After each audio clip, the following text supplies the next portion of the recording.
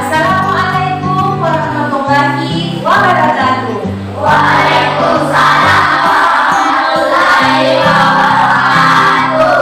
Apa kabar kalian hari ini? Alhamdulillah, semangat, luar biasa. Alhamdulillah. Hari ini kita bertemu lagi di pelajaran pendidikan agama Islam dan budi pekerti. Tadi sudah sarapan dari rumah sebelum ke sekolah? Sudah. Nah, siapa temannya yang sudah hadir hari ini? Hadir semua. Alhamdulillah hadir semua. Nah, sebelum kita memulai pelajarannya, ya seperti biasa, kita akan berdoa terlebih dahulu, ya. Doanya dipimpin oleh Ainun. Ainun, sebelum kita belajar,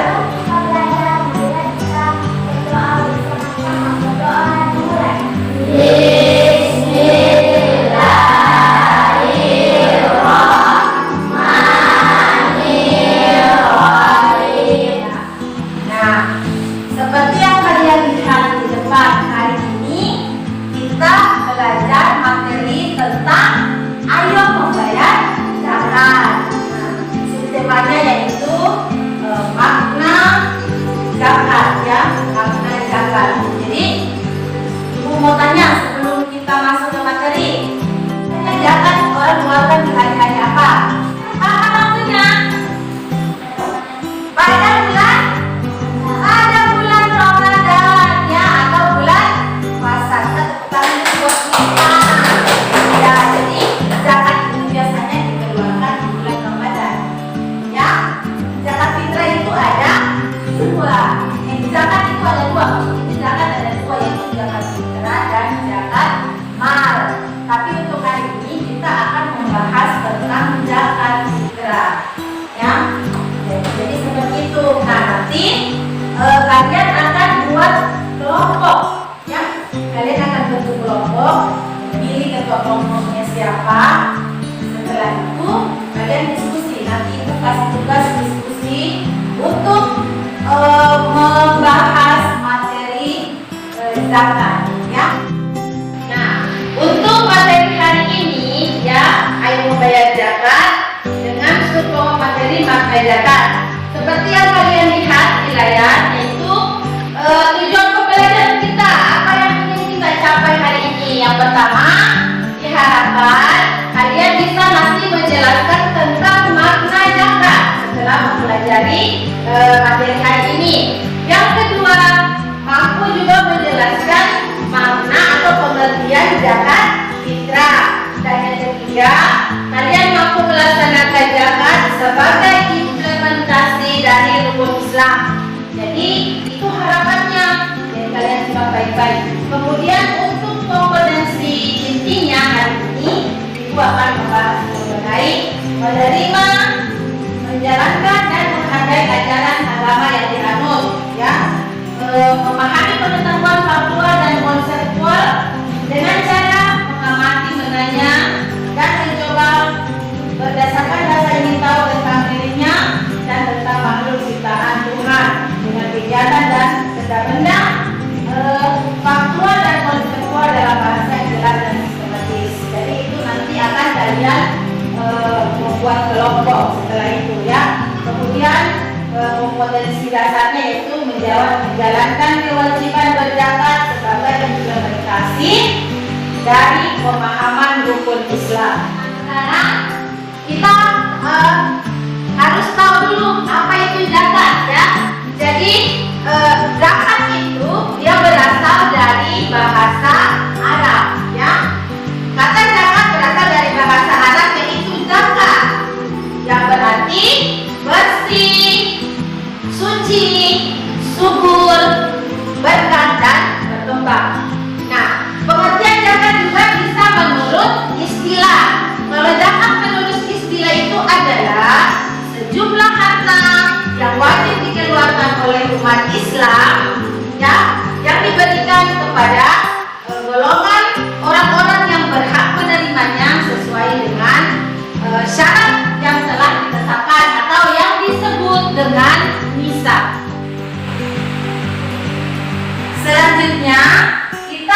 harus mengetahui hukum zakat, ya. Nah, hukum zakat ini tertulis di dalam Al-Quran, yaitu surah Al-Baqarah ayat 43. Nah, sekarang coba Ainun bacakan ayatnya, surah Al-Baqarah ayat 43.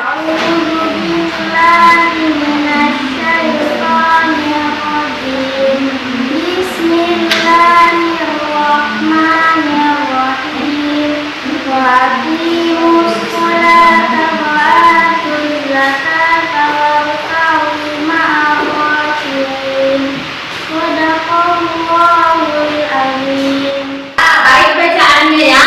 Nah, sekarang siapa yang bisa mengartikan ayat yang sudah dibacakan Ainun? Ya, Rosyam, coba Rosyam artikan. Artinya, dan laksanakanlah sholat, tunaikanlah zakat, dan duduklah beserta orang yang rukun. Nah, dari ayat yang dibacakan oleh Ainun, kemudian diterjemahkan oleh Rosyam, maka kita lihat pada kalimat pertama, wa aqimus sholata, ya, yang artinya adalah dan laksanakanlah sholat. Ini Allah memerintahkan kepada kita umat Islam untuk menjalankan atau mengerjakan sholat lima waktu. Kemudian wa atuz zakat, ya, wa atuz zakat, tunaikanlah zakat. Allah juga memerintahkan kepada kita umat Islam untuk menunaikan zakat atau membayar zakat, ya. Kemudian warka'u ma'ar rakiin, artinya rukulah beserta orang-orang yang ruku. Ini Allah memerintahkan kepada umat Islam untuk ruku atau melaksanakan sholat dan mengutamakan sholat berjamaah, ya. Jadi kalau misalkan bisa sholat di masjid berjamaah di masjid, kalau tidak bisa berjamaah di rumah bersama keluarganya. Bagaimana anak-anak, kalian bisa mengerti? Mengerti, Bu. Nah, zakat juga merupakan rukun Islam yang ketiga, ya. Jadi rukun Islam yang pertama siapa tahu? Mengucapkan dua kalimat syahadat. Yang kedua mendirikan sholat. Yang ketiga berzakat. Yang keempat berpuasa pada bulan Ramadan. Yang kelima naik haji bagi yang mampu.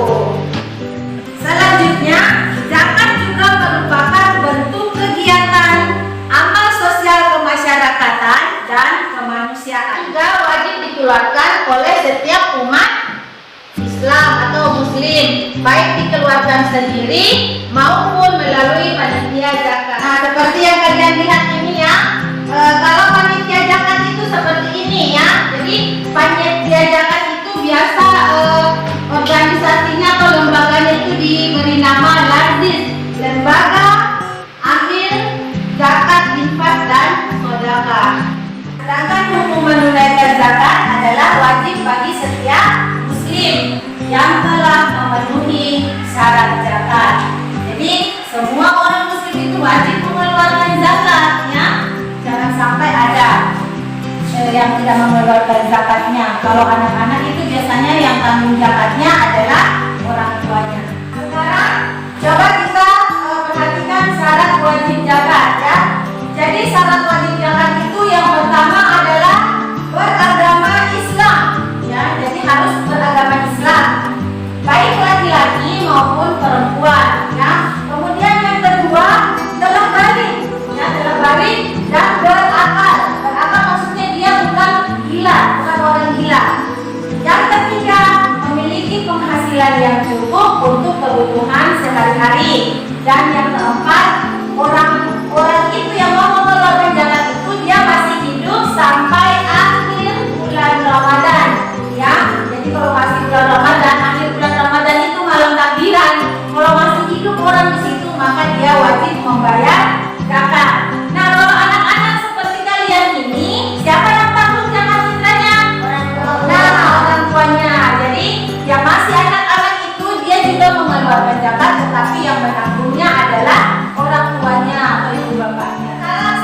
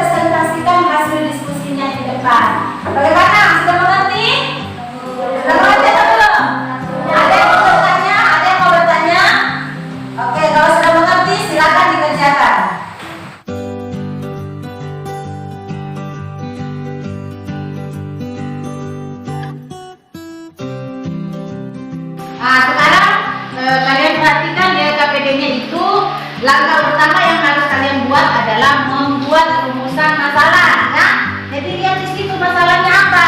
Oh, ternyata yang diminta ini adalah harus menghitung zakat fitrahnya Pak Arif sekeluarga berapa ya, dikeluarkan uang berapa. Nah, jadi kamu buat dalam bentuk rumusan masalah. Kemudian nanti buatlah hipotesa atau jawaban sementara ya. Nah, nanti setelah kalian sudah bikin jawaban sementara, baru kita kaji apakah jawaban sementara kalian itu benar atau tidak. Nah, itu yang nanti akan kalian presentasikan. Nah, bagaimana? Sudah selesai hasil diskusinya? Sudah, Bu. Baik, kalau begitu saatnya kita presentasikan. Nah, kelompok berapa yang mau presentasi pertama?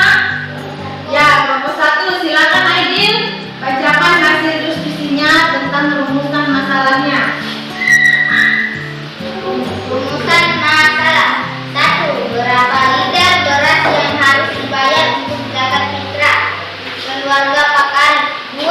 Berapa rupiah yang harus dibayar anak tertua Pak Arif untuk membayar zakat fitrah di sekolah? 3. Berapa rupiah yang harus dibayar untuk zakat fitrah seluruh anggota keluarga Pak Arif? Baik, selanjutnya kelompok berapa lagi yang mau mempresentasikan hasil diskusinya? Ya, kelompok 2, silakan Ainun. Jadi kelompok 2 akan membacakan hasil hipotesisnya.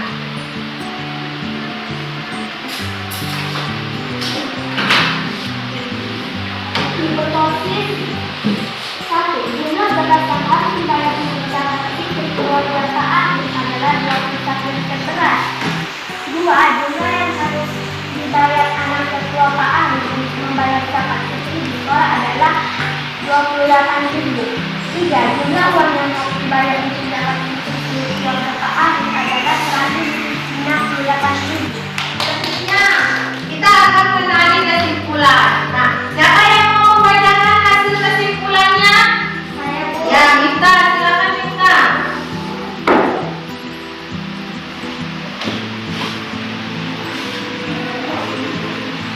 Kesimpulan 1. Hipotesis diterima, yaitu jumlah beras yang harus dibayar untuk zakat fitrah keluarga Pak Arif adalah 21 liter beras. 2. Hipotesis diterima, jumlah uang yang harus dibayar anak tertua Pak Arif untuk membayar zakat fitrah di sekolah adalah Rp 28.000. 3. Hipotesis diterima, jumlah uang yang harus dibayar untuk zakat fitrah seluruh keluarga Pak Arif adalah Rp 168.000. Nah, baik, semuanya sudah membacakan hasil diskusinya dan alhamdulillah diskusinya semuanya baik, mulai dari rumusan masalah, membuat hipotesis atau juga jawaban sementara sampai dengan melakukan hasil pengamatan. Mari sampai dengan kesimpulannya. Mari kita berikan aplaus untuk kalian semua. Oke.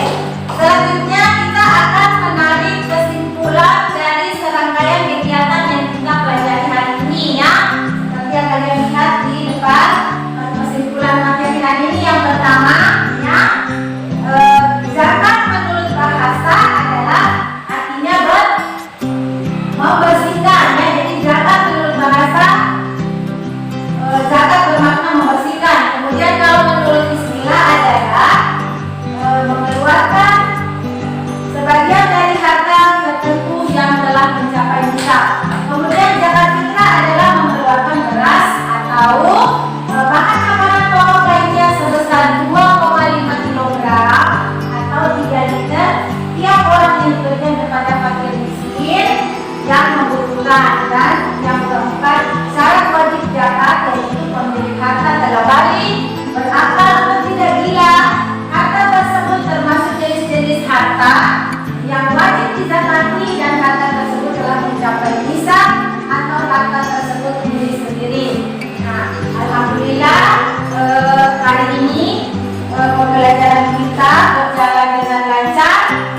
Harapan ibu nanti kalian di rumah berjalan lagi materinya dengan mengulang-ulang kembali materinya ya. Jadi cukup sekian pertemuan hari ini